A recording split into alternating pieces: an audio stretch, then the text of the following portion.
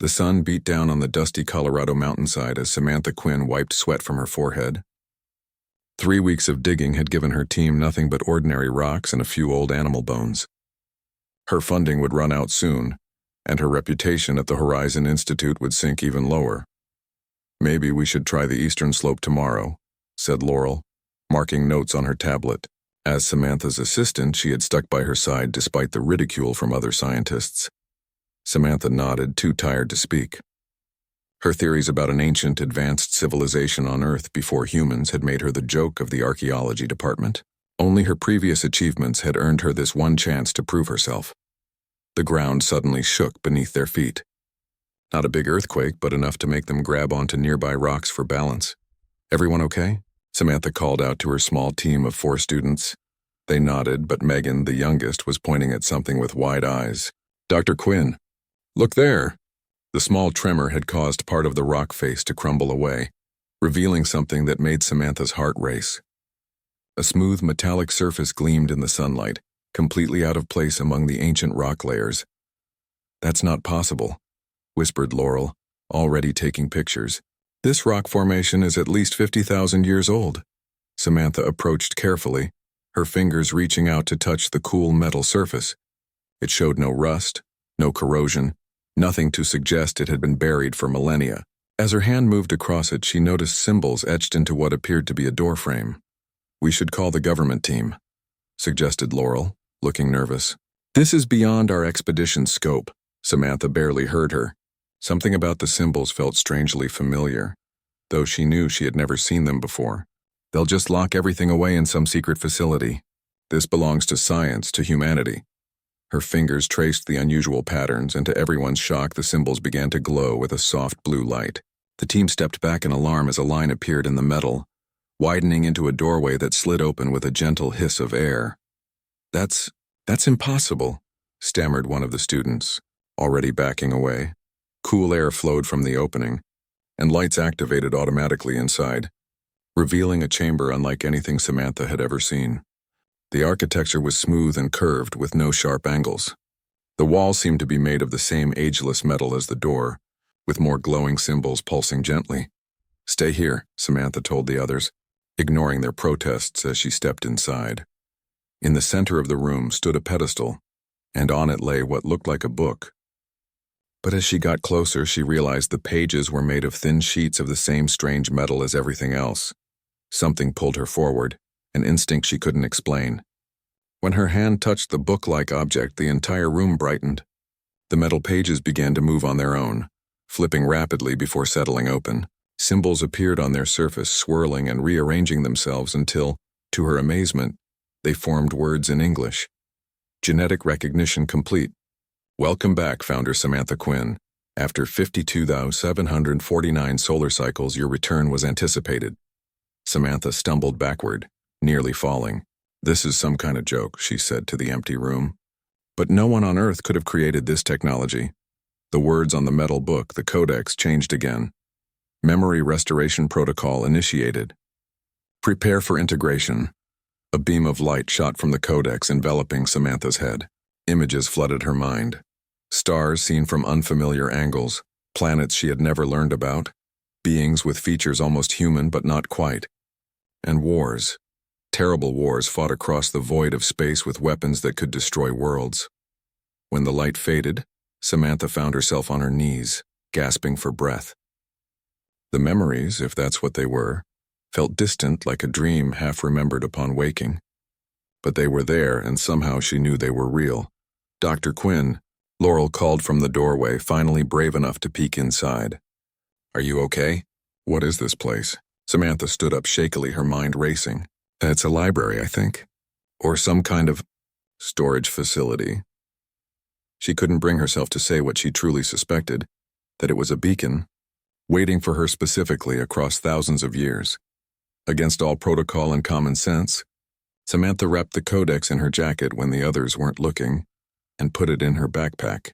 Something told her it would be dangerous in anyone else's hands. That night in her tent, she examined the Codex again. It responded to her touch, glowing softly and displaying more information. Star charts, mathematical equations far beyond current human understanding. and glimpses of technology that should be impossible. She fell asleep with the Codex beside her pillow and dreamed of flying through space in a ship that responded to her thoughts. She dreamed of a civilization of beings who looked almost human, but with subtle differences: slightly larger eyes, a bluish tint to their skin, longer limbs. In the dream, they called her Founder and looked to her for leadership. When she woke at dawn, equations she had never learned were clear in her mind. She grabbed her notebook and filled page after page with calculations and designs that could revolutionize physics as humans understood it. Over the next week, as her team continued to explore the chamber, finding nothing else of significance, Samantha's dreams grew more intense. Each morning she woke with new knowledge, new memories that couldn't possibly be hers. She began to understand phrases in a language she had never studied, could visualize technologies no human had invented. Government officials arrived, of course. Samantha had reported the chamber but described it as an unusual ancient structure with interesting symbolic carvings. She kept the Codex hidden in her apartment, against all scientific ethics and federal regulations. Something told her it would be dangerous, to her and to humanity, if it fell into the wrong hands. The nightmares began on the 10th night. Visions of massive ships like floating cities made of the same strange metal as the chamber, burning in space. Billions of lives extinguished in a war against an enemy that wasn't quite alive, but wasn't machine either. And through it all, her own voice giving commands, making the hard choices, watching her civilization fall. 3 weeks after discovering the chamber, Samantha woke at exactly 3:17 a.m. to find the Codex floating above her bed, pulsing with blue light. Protocol awakening sequence initiated. Threat detection level 8. The Vex Armada approaches Sol system. Founder presence required. Samantha sat up, her heart pounding. What are you talking about? What am I supposed to do? Your vessel awaits retrieval. Genetic memory restoration at 42% completion. Outside her window, a light appeared in the night sky, moving too fast to be an airplane, too controlled to be a meteor. It was coming for her. And somehow, deep inside, in the new memories that were becoming clearer each day, she knew exactly what it was. Samantha Quinn, or whoever she truly was going home. Samantha packed a small bag in the dark. She took only what she needed: some clothes, her phone, and the alien Codex that continued to pulse with blue light. Her hands moved quickly, guided by instincts that didn't feel like her own. She wrote a note for her friend Lily, who worked at the same institute. I know this sounds crazy, but I remember now. I'm not who we thought I was. If I don't return in 7 days, open the sealed envelope in my desk at work. In that envelope, she had placed a small data drive with all her notes about the chamber and the Codex, along with a strange metal key that had been hidden within the Codex's binding. The light in the sky grew closer. Samantha felt no fear, only a growing certainty. She left her apartment and drove her old car to the edge of town, then continued on foot into the desert, following coordinates that somehow existed in her mind. The night was cold, but Samantha barely noticed. Her thoughts were filled with stars and battles and faces of people she had never met, yet somehow knew. The Codex in her backpack grew warmer, as if excited. After walking for nearly an hour, she reached an old, abandoned quarry. Nothing seemed special about it, just piles of rock and sand under the moonlight. But as she stepped into the center of the pit, the ground began to tremble. A large section of earth rose upward, revealing not a cave but a perfectly engineered hangar. Dust and sand fell away from a massive object that had been buried for thousands of years. A ship of sleek, organic curves unlike anything built by human hands. As Samantha approached, lights activated along its hull and a ramp extended downward. The Codex in her bag vibrated strongly now, almost pulling her forward. Welcome aboard the Astral Seeker, Founder Quinn, said a voice that seemed to come from the air itself. Your crew awaits reactivation. The inside of the ship was pristine, as if it had been sealed just yesterday instead of millennia ago. The walls glowed with the same blue light as the Codex, and the corridors curved gently, leading her forward. In what seemed to be the main chamber, Samantha found rows of pods along the walls. Inside each one was a humanoid figure, frozen in what looked like sleep. They appeared almost human, but not quite. Their limbs were slightly longer, their features more refined, and their skin had a faint bluish tint. Who are they? Samantha asked, though she was beginning to understand. Your command crew, replied the ship's voice. Awaiting your order to awaken. Samantha approached one of the pods. Inside was a woman with silvery hair and a face that seemed somehow familiar from her dreams. A small screen beside the pod identified her. Commander Naya, Tactical Operations. Wake her, Samantha said, the words feeling right somehow. The pod hissed open, releasing a brief cloud of vapor. The woman's eyes opened, eyes like liquid mercury shining in the blue light. She sat up slowly, looking around before focusing on Samantha. Recognition dawned on her face. Founder, she said, her voice thick with emotion. You've returned as the protocol foretold. I don't understand all of this yet, Samantha admitted. I have memories, but they're fragmented. Who am I? Who are we? Naya stepped out of the pod, moving with grace despite her long sleep. You are Samantha Kin, primary founder of the Lumina. Our people fled our dying galaxy millions of your Earth years ago. We found this young world and helped shape it. When the Vex followed us here, you led the final defense.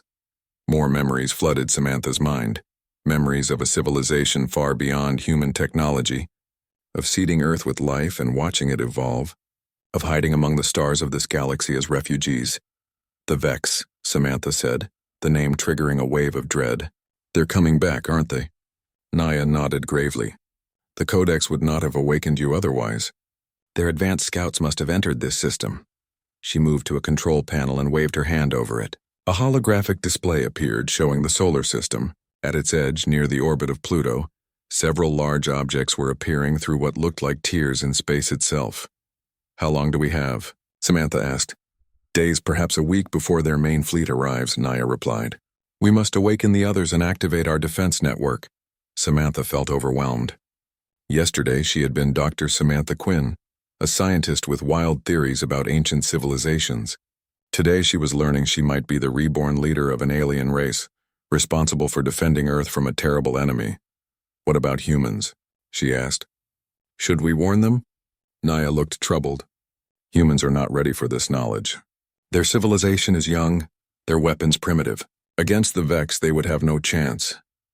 Then we protect them without their knowledge, Samantha decided, feeling a strange confidence rise within her. Wake the rest of the crew. Show me the ship's systems. Over the next few hours, more of the sleepers were awakened. Each recognized Samantha immediately, calling her founder with deep respect. They explained more of their history, how the Lumina had come to this galaxy as refugees, how they had helped shape Earth's evolution while maintaining hidden outposts throughout the solar system. The ship, her ship, responded to Samantha's thoughts once she sat in the command chair. A neural interface connected directly to her mind, completing the fragmented memories. She remembered everything now, who she had been, what she had done, why she had enacted the continuity protocol that transferred her consciousness into genetic code that would one day be born as a human. The Vex were a machine intelligence that had evolved beyond organic life. They converted all matter they encountered into computational resources. They had destroyed the Lumina's home galaxy and followed them to this one, determined to finish what they had started. The ship's systems are at 94% efficiency despite the long dormancy, reported Terran, the engineering officer. Weapons and shields are operational. Our lunar outpost still responds to signals, added another crew member. The automated systems there have maintained our defense grid. Samantha absorbed all this information, her mind now working with enhanced speed and clarity thanks to the neural link. She could feel the ship around her like an extension of her own body. Prepare for launch, she ordered. Stealth systems at maximum. The hangar opened fully, revealing the night sky above. The Astral Seeker rose silently, its gravitic engines leaving no trace of heat or radiation that human sensors could detect. In moments, they had passed through the atmosphere and entered orbit around Earth. From space, Samantha looked down at the blue planet, her adopted home. Lights of cities sparkled across the dark side. Billions of humans going about their lives, completely unaware of the danger approaching from the edge of their solar system. Long-range sensors active, Naya reported from her station, confirming Vex signatures at the system boundary. First wave consists of approximately 30 vessels. Any response from the other outposts? Samantha asked. 3 bases report automated systems still functional. Luna Base, Mars Station, and the Titan facility. All defensive systems coming online. Samantha studied the tactical display. The Lumina fleet had once numbered hundreds of vessels. Now they had only the Astral Seeker and whatever automated defenses remained in their hidden bases. Send activation signals to all remaining defensive platforms, she ordered, and establish contact with any Lumina who might be living among humans. You think there are others like you? Naya asked. Other founders who were reborn? I'm counting on it, Samantha replied. We hid contingencies within contingencies. I wouldn't have been the only one. As the Astral Seeker moved to a higher orbit, its powerful transmitters sent coded quantum signals throughout Earth's communications networks. If there were other Lumina living as humans, they would receive the call and remember who they truly were. The first response came within hours, a signal from a woman named Paige in Australia, who had been experiencing strange dreams for weeks. Then another from a scientist in Kenya and a military officer in Canada. By dawn, 7 more hidden Lumina had made contact. Bring them to Luna Base, Samantha instructed. We'll need every one of them. As Earth rotated below, Samantha thought of her human life, her colleagues, her friends, her research. It seemed distant now, like a dream fading upon waking. Yet it was real, and those people were real. They deserved to live, to continue their brief but brilliant lives without becoming computational material for the Vex. The Astral Seeker turned away from Earth, setting course for the Moon, where the largest Lumina base remained hidden beneath the surface. There, they would prepare for war. The first battle for humanity's survival would begin soon, and humans wouldn't even know it was happening. The Colorado Mountains looked peaceful in the morning light, giving no hint of the cosmic war being waged beyond Earth's atmosphere. The Astral Seeker remained cloaked as it landed in a secluded valley, its advanced technology preventing detection by human radar systems.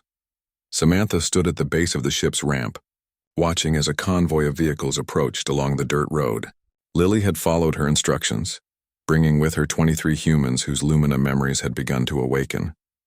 They looked confused, noted Naya, standing beside Samantha. The integration process is incomplete for most of them. It was the same for me at first, Samantha replied. Seeing the ship will help solidify their memories. The vehicles stopped 100 yards away. Lily stepped out first, her eyes widening at the sight of the Astral Seeker. Behind her came the others, men and women of various ages and backgrounds, all looking both bewildered and strangely drawn to the alien vessel.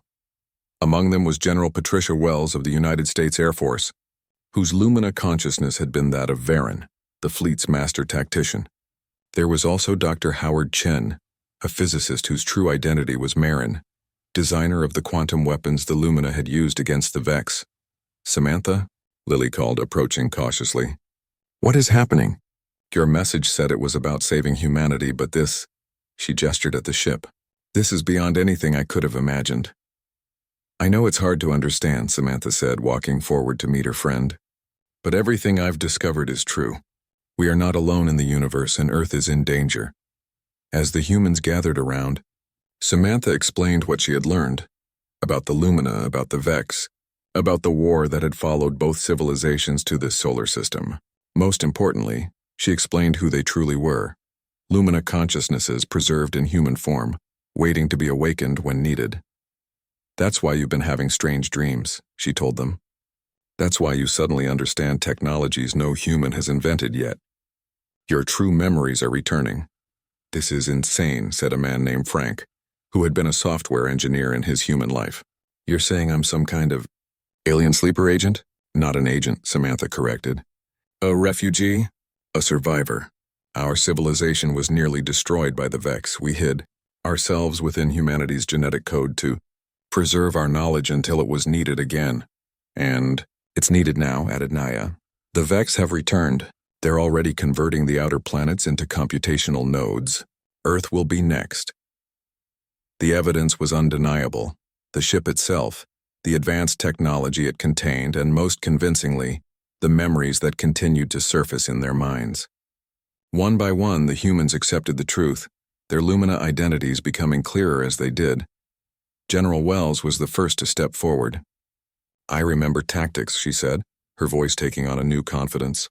Battle formations against the Vex in the Andromeda sector. I was Varen. Yes, Samantha confirmed. One of our greatest strategists. Dr. Chen approached the ship, running his hand along its hull. The quantum resonance matrix, he murmured. I designed this. I'm Marin. Within hours, all 23 had begun to integrate their Lumina memories. They boarded the Astral Seeker, each drawn to the station that matched their specialty. Hands that had never seen such technology operated it with growing confidence as ancient knowledge resurfaced. We need to contact Earth's governments, Samantha decided. Not publicly, that would cause panic. But key leaders need to know what's coming. They'll think we're insane, said Lily, who had no Lumina memories but had chosen to stay by Samantha's side. Or worse, they'll see you as invaders yourselves. That's why we need those who straddle both worlds, Samantha explained. General Wells can approach military leaders. Dr. Chen has connections in the scientific community. The plan moved quickly. Using their human identities and positions, the awakened Lumina arranged meetings with carefully selected officials from major world governments.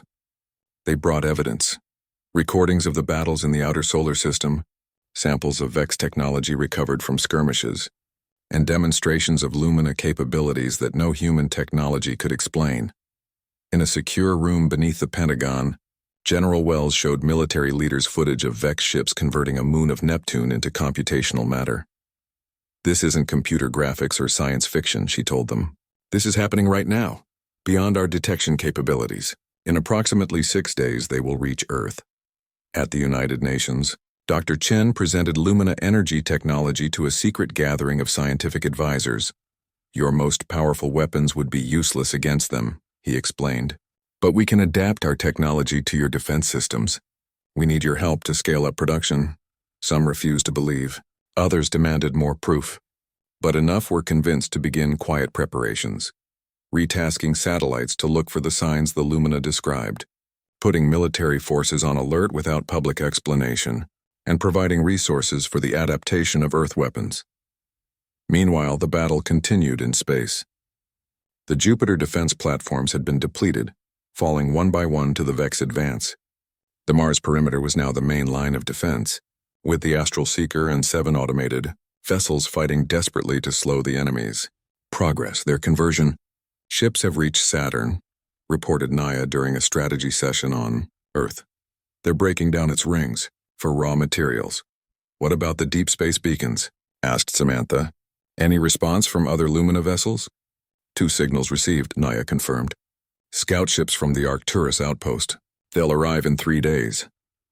That may be too late, said General Wells, studying the tactical display. Her Varan memories were now fully integrated, giving her insights no human strategist could match. The Vex will reach Mars by tomorrow. After that, only the Earth-Luna defensive grid remains. The situation grew more desperate by the hour.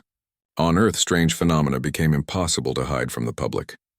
The Vex conversion process released energy that distorted space-time, causing weather anomalies and electromagnetic interference across the planet. Aurora displays appeared even at the equator. Tides behaved erratically. Animals grew agitated, sensing what humans could not. News outlets reported on the unprecedented solar storm activity causing these effects. Social media buzzed with conspiracy theories, some coming eerily close to the truth. Religious leaders spoke of end times. Scientists worked frantically to explain what their instruments were detecting. We can't keep this secret much longer, Lily pointed out as she helped coordinate between human and Lumina teams. People are getting scared. Fear leads to panic, Samantha replied. Panic leads to chaos. We need organized resistance, not widespread terror. But events force their hand. A Vex scout ship, smaller than their main vessels but still massive by human standards, broke through the Mars perimeter and entered Earth orbit. Human radar and satellite systems detected it immediately. Within hours, blurry images appeared on news websites and social media platforms. Unknown object in orbit. Government denies knowledge of massive satellite. Alien invasion? Pentagon refuses comment. The Astral Seeker, damaged but still operational, pursued the Vex scout to Earth. For the first time, humans witnessed an actual space battle as energy weapons flashed in the night sky. Millions captured video of the engagement, which lasted only minutes but changed humanity's understanding of their place in the universe forever. When the Vex ship crashed into the Pacific Ocean, governments could no longer maintain secrecy. An emergency United Nations session was convened, broadcast globally. Samantha, along with General Wells and Dr. Chen, appeared before world leaders and cameras. "People of Earth," Samantha began, her voice steady despite the enormity of the moment. "My name is Dr. Samantha Quinn. 3 weeks ago, I discovered my true identity as a member of a civilization called the Lumina. We came to your world millions of years ago, fleeing from an enemy called the Vex." She explained everything, how the Lumina had helped shape Earth's evolution, how they had hidden among humans, how the Vex threatened not just humanity but all life in the galaxy. "The ship you saw destroyed in orbit was just a scout," she continued. "The main Vex fleet approaches.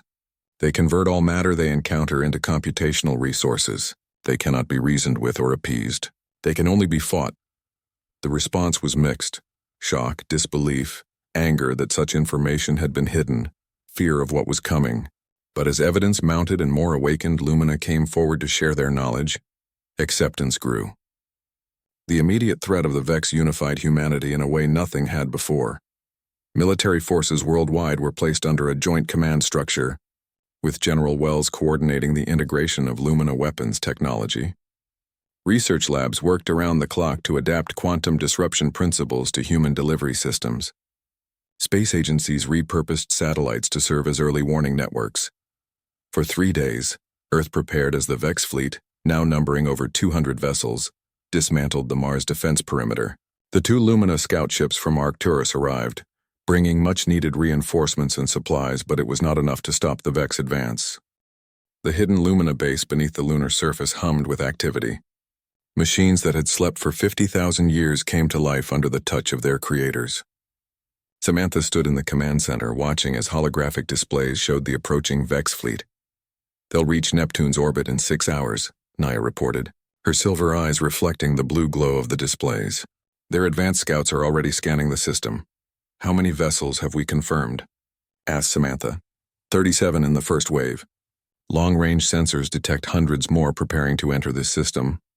7 more Lumina who had been living as humans had arrived at the base, each awakening to their true nature after receiving Samantha's signal. Like her, they had been placed on Earth as part of the continuity protocol, their alien consciousness hidden within human DNA, waiting for the right moment to emerge. "The Astral Seeker is our strongest ship," said Kira, a Lumina who until 3 days ago had been a human pilot named Karen. "But we've activated 4 automated defense vessels from the Titan base. They're small but fast," Samantha nodded. "The automated platforms around Jupiter?" 17 are operational," replied Terran from the engineering station. "Weapon systems at 82% capacity. It wasn't much against the might of the Vex Armada, but it would have to do." Samantha touched the neural interface panel, connecting directly to the base's systems. Through it, she could feel every ship, every weapon platform as if they were extensions of her own body. "We can't let them establish a foothold in this system," she said. "Once they begin converting matter into computational resources, they grow exponentially. Our only advantage is surprise. They won't expect to find us here after so long." "The first attack should target their command ship," Naya suggested. "Without central coordination, their expansion slows," Samantha agreed. "Prepare battle formation Delta. We'll engage them beyond Neptune's orbit, away from Earth." As the Lumina prepared for battle, humans on Earth noticed only minor anomalies. Some astronomers reported unusual energy readings from the outer solar system. Satellite communications experienced brief interruptions. The more sensitive instruments at major observatories detected gravitational fluctuations that couldn't be explained by known celestial bodies. Aboard the Astral Seeker, Samantha sat in the command chair, neural links connecting her directly to the ship's systems. Around her, the crew, her people, worked with quiet efficiency, preparing weapons and defenses. "All ships report ready." "Founder," said Naya from the tactical station. "Set course for the Neptune defense perimeter," Samantha ordered.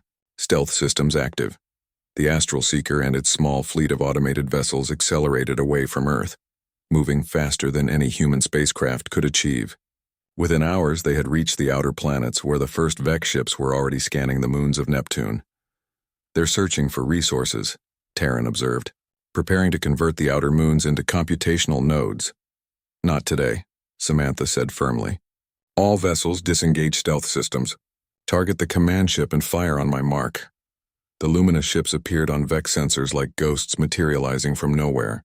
Before the machine intelligence could react, energy weapons lanced across space, striking the largest Vex vessel.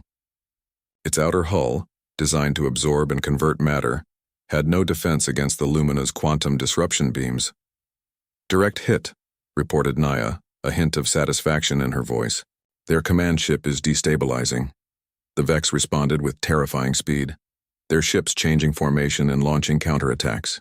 Space itself seemed to warp around their weapons as they fired technology designed to break matter down to its component atoms. "Evasive pattern helix," Samantha commanded. The Astral Seeker spun and dove, avoiding the worst of the Vex attack. Two of the automated defense ships weren't so lucky, vanishing in bursts of energy as the Vex weapons found their targets.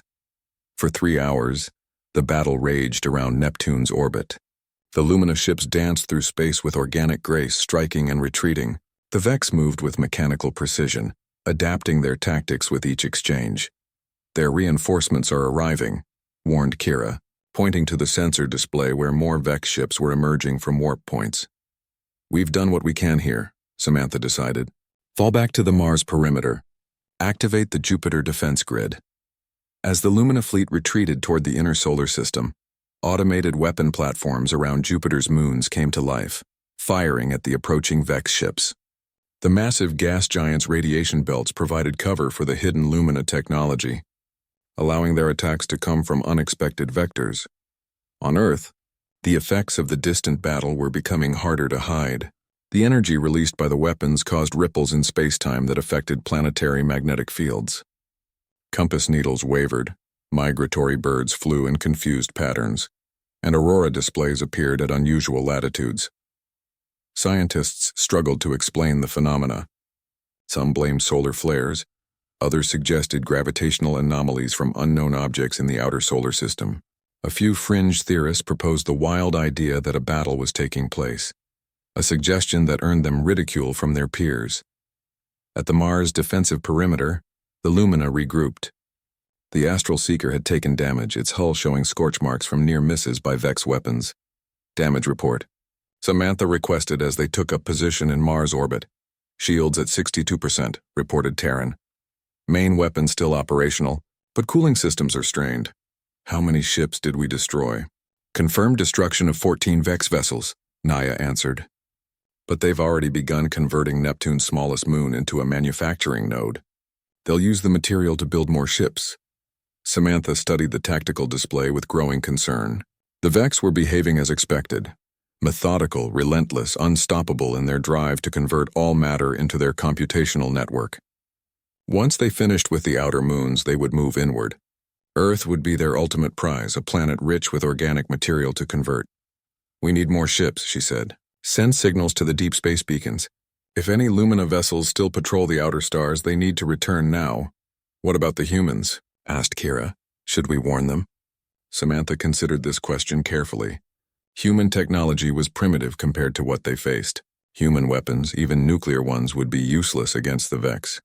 Yet it was their world too, their future at stake. "Not yet," she decided reluctantly.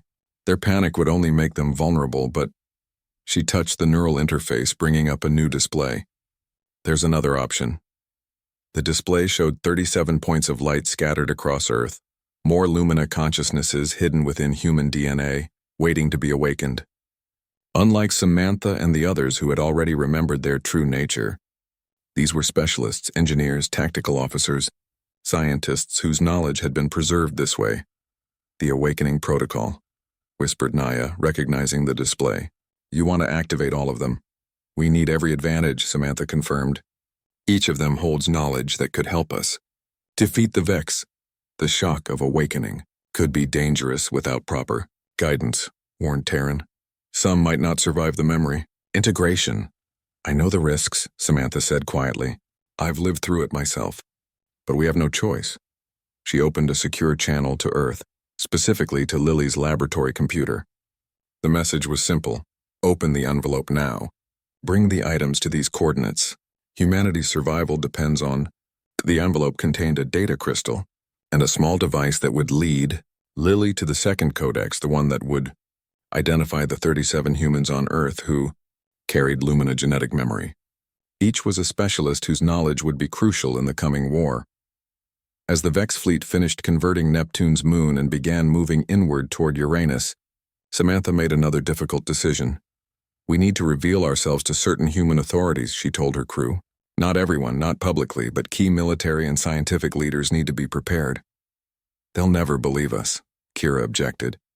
"They'll think we're the invaders." "Then we'll have to be convincing," Samantha replied. "Naya, prepare a detailed briefing packet. Images of the Vex, records of our battles, evidence of who we are and why we're here." Terran, identify the human leaders most likely to listen with open minds. As the Lumina worked to establish contact with humans who might help them, the Vex continued their methodical advance through the solar system. Their ships moved like a tide of metallic insects, consuming everything in their path and leaving only computational nodes behind.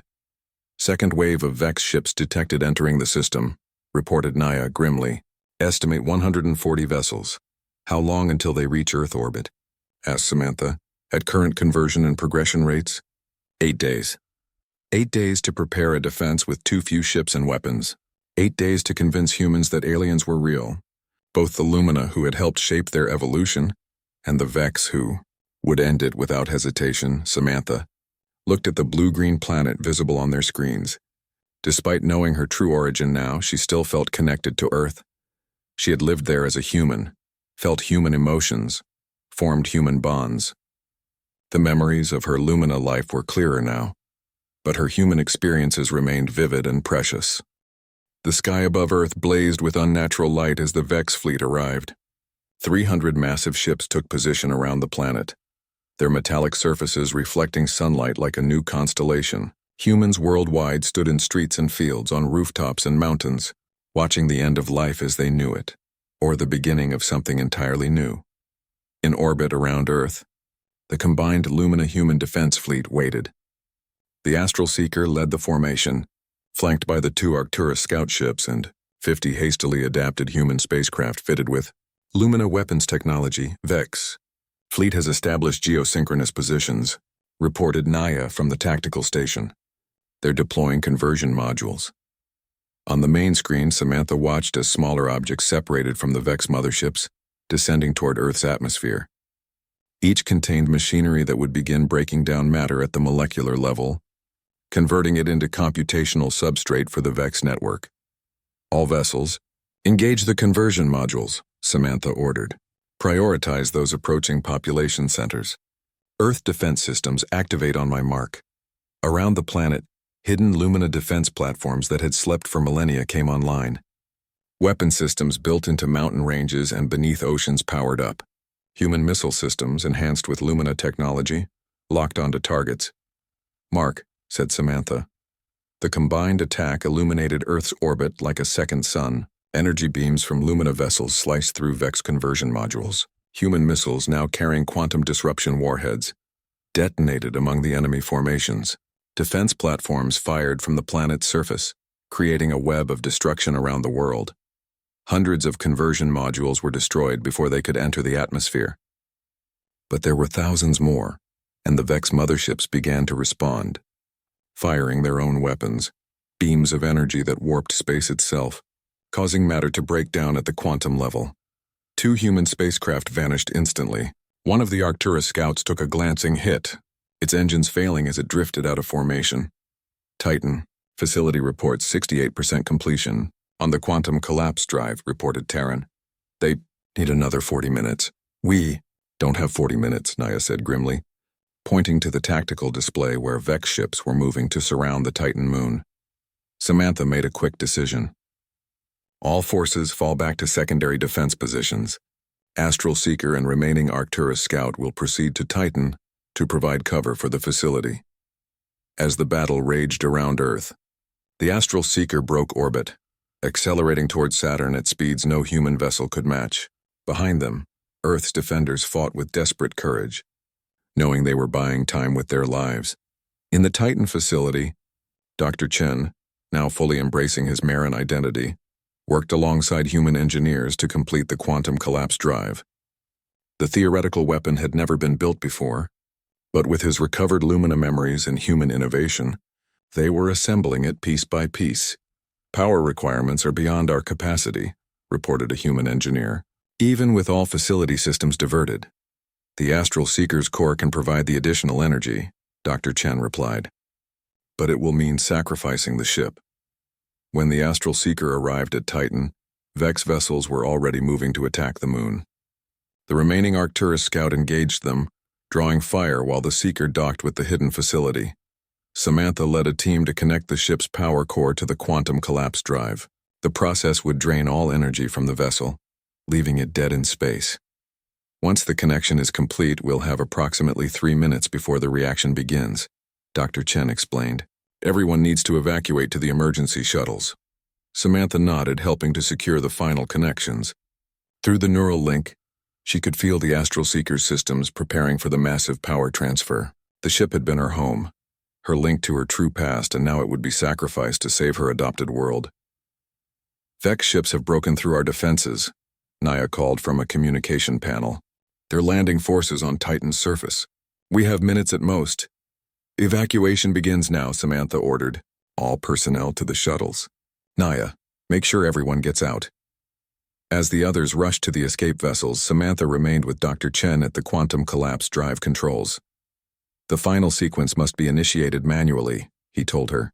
Someone needs to stay. I'll do it, Samantha said immediately. Dr. Chen shook his head. No, Founder. Your knowledge, your leadership. Earth will need you in the aftermath. I remember how to do this. It was my design. Before Samantha could argue, the facility shook violently. Vex forces had breached the outer defenses. Go, Dr. Chen insisted. I'll make sure it activates. With a heavy heart, Samantha clasped his arm in the traditional Lumina farewell. Your sacrifice will be remembered. Just make sure there's someone left to remember it, he replied with a sad smile. Samantha ran for the last shuttle, joining Naya and the remaining engineers. As they launched from Titan's surface, she watched through the viewport as Vex forces surrounded the facility. The Astral Seeker, still connected to the quantum collapse drive, glowed with building energy as its core was drained. Light pulsed along its hull, brighter and brighter until it was painful to look at directly. Then a flash that outshone Saturn itself. Where Titan had been, a sphere of absolute darkness appeared, a controlled singularity that began to pull everything nearby toward its center. The Vex ships closest to it were stretched and compressed, their hulls buckling as they were drawn into the gravitational vortex. More importantly, the wormholes the Vex had used to enter the solar system began to distort. The quantum collapse had created exactly the effect Dr. Chen had theorized, a space-time disruption that the Vex technology couldn't compensate for. One by one, the wormholes collapsed, cutting off the Vex reinforcements. Then impossibly, the wormholes reversed direction, pulling the Vex fleet back through the dimensional tiers they had created. It's working, whispered Naya, watching the sensor readings. The singularity is collapsing their network. They're being pulled back to wherever they came from. Around Earth, the remaining Vex ships suddenly changed behavior.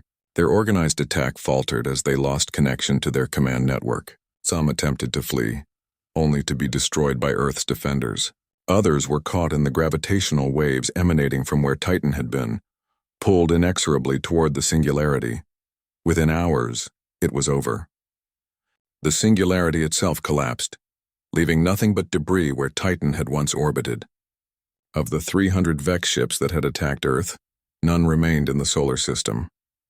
The wormhole network was destroyed, sealing off their route back to this galaxy. The cost had been enormous. Thousands of humans had died in the battle. The Arcturus scout ships were destroyed.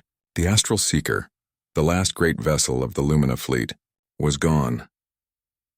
Dr. Chen and many others had sacrificed themselves to operate the quantum collapse drive. As Samantha's shuttle returned to Earth, she looked down at the blue planet with mixed emotions. Her Lumina home was gone forever now, but her human home had been saved. In the weeks that followed, humanity came to terms with its new reality. They were not alone in the universe. Their evolution had been guided by the Lumina, and now the two civilizations would move forward together. The awakened Lumina, those who had lived as humans and now remembered their true nature, chose to maintain both identities.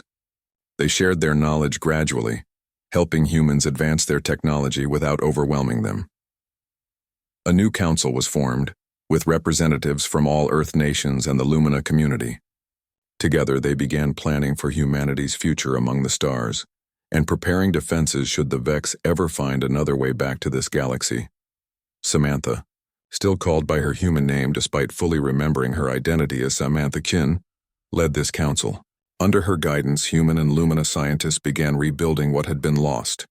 New ships were designed, combining the best of both civilizations' technologies. Defensive systems were established throughout the solar system. "Do you think they'll return?"